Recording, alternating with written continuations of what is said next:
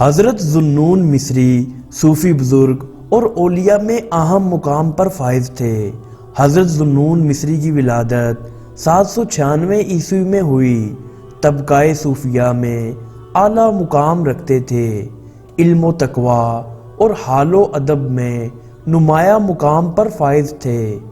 آپ نے علم کی جستجو میں دور دراز کے سفر کیے، آخر قاہرہ میں قیام کیا، جہاں معتزلی عقیدے کی مخالفت میں گرفتار کر کے بغداد بھیج دیے گئے۔ وہاں کچھ عرصہ قید رہے مگر بعد میں رہا کر دیے گئے۔ صوفیاء کے نزدیک ان کا مرتبہ بہت بلند ہے۔ معرفت کے متعلق انہوں نے ہی مختلف مدارج مقرر کیے جن کو مقامات کہتے ہیں۔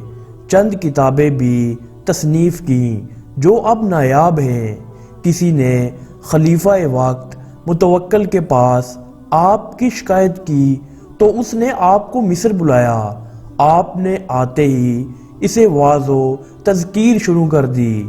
وہ رو پڑا اور باعزت طور پر آپ کو روانہ کر دیا۔ خلیفہ متوکل کے پاس جب بھی متقی لوگوں کا ذکر ہوتا تو وہ رونے لگتے تھے اور کہتے تھے کہ جب بھی پرہیزگار لوگوں کا ذکر کرو تو ذوالنون کا ذکر ضرور کیا کرو۔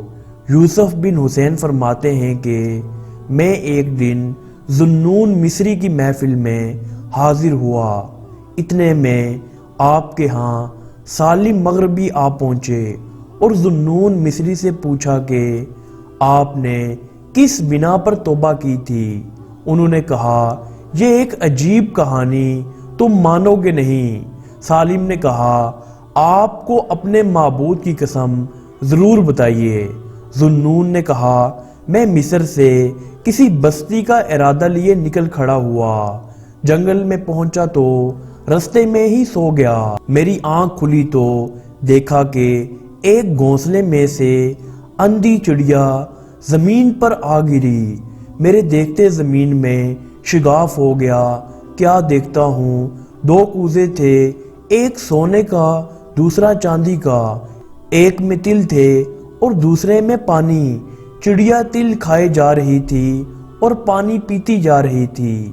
یہ ماجرا دیکھ کر میں نے خیال کیا کہ اس سے زیادہ اور کیا دیکھوں، چنانچہ میں نے برے ارادوں سے توبہ کر لی اور ذکر الہی شروع کر دیا۔ اللہ کا شکر ہے کہ اس نے شرف قبولیت سے نواز دیا۔ آپ نے 859 عیسوی میں قاہرہ کے قریب خبیرہ کے مقام پر انتقال کیا اور وہیں مدفون ہوئے۔